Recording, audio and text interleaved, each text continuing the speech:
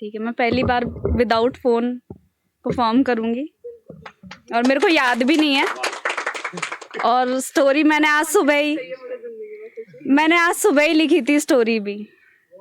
हाँ, होगा जो देखा जाएगा।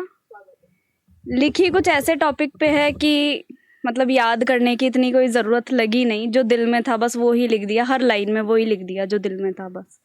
उससे पहले मैं जो मैम की फरमाइश है वंशिका जी की, वो सुनाऊंगी मैं कि तुम मुझसे बात मत करो वफादारी की, तुम मुझसे बात मत करो वफादारी की, तुम्हारे जिस्म से महक आती है गद्दारी की। शुक्रिया।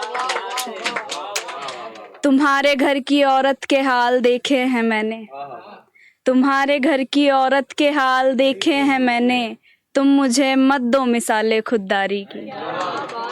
शुक्रिया, बहुत शुक्रिया। मुझे पिछले प्यार की कहानी सुना रहे हो, मुझे पिछले प्यार की कहानी सुना रहे हो, ये भी कोई बात हुई भला समझदारी की। शुक्रिया। मरने पर कपड़े भी जला देते हैं लोग, मरने पर कपड़े भी जला देते हैं लोग, ताक सुनी पड़ी थी आज मेरी अलमारी की। शुक्रिया। ए खुदा थोड़ा तो रहम कर मुझ पर भी, या खुदा थोड़ा तो रहम कर मुझ पर भी, नहीं जी जाती मुझसे ये जिंदगी कर्जदारी की। बहुत शुक्रिया। अब स्टोरी स्टार्ट करते हैं। मैं बाद में जवाब दूंगी आप, हाँ वो तो कर ही देते हैं अपन। तो इस कहानी का शीर्षक है, उन्वान है पसंदीदा औरत। ठीक है, पसंदीदा औरत सुनते ही आपके दिमाग में सबसे पहले एक चेहरा आया होगा, सभी के, लड़कियों के भी आया होगा। ठीक है, तो आप ये सोचेंगे कि ये पसंदीदा औरत किसी एक लड़की या औरत को दिमाग में रखकर लिखी गई होगी, तो आप गलत हैं। या फिर आप ऐसा सोच रहे हैं कि ये पसंदीदा औरत किसी लड़के की पसंदीदा औरत है, तो यहाँ भी आप सही नहीं हैं।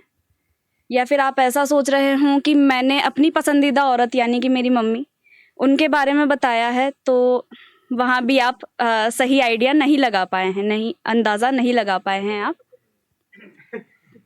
ये औरतों के लिए ही है।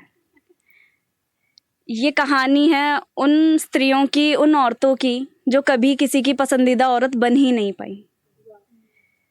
और क्यों नहीं बन पाई उसका कारण मैं आपको बताती हूँ। जो लड़कियाँ सिर्फ और सिर्फ अपना अस्तित्व बनाना चाहती हैं, सिर्फ अपने अस्तित्व के लिए जीना चाहती हैं, वो लड़की कभी नहीं बन पाती किसी की भी पसंदीदा औरत। क्योंकि इसके पीछे भी बहुत से कारण हैं, मेरे को एक मिला तो मैंने लिख दिया कि जब वो कोशिश करेगी अपने लिए कुछ करने की, तो सबसे पहले ये समाज, ये घर वाले, ये लड़के, बहुत से लोग हैं जो कोशिश करेंगे उसकी ख्वाहिशों को ख़त्म कर देने की। लगभग कोशिश करेंगे उसको ज़िंदा लाश बना देने की। और इसके बाद में, इतना सब कुछ हो जाने के बाद में, तो एक लड़की, एक औरत मर ही जाती है। केवल शरीर ज़िंदा रहता है और आदमियों को शरीर ही चाहिए होता है कि ज़िंदा केवल शरीर ही रहे, इससे ज़्यादा उन्हें चाहिए भी नहीं होता है। तो सिर्फ शरीर ज़िंदा रखने पर भी कुछ लड़कियां मर जाती हैं बिल्कुल, और इसके बाद भी कुछ एक होती हैं जो तब भी इस लड़ाई में चलती रहती हैं, जो कि इस दौड़ में शामिल है, हमारे जैसी कुछ लड़कियां।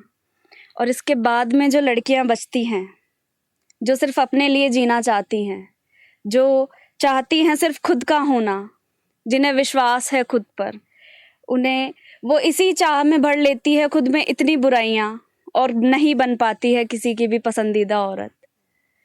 और ये लड़के जो दिन में 150 बार बहन की गाली देते हैं, वो उसका नाम रख देते हैं बिगड़ी हुई लड़की।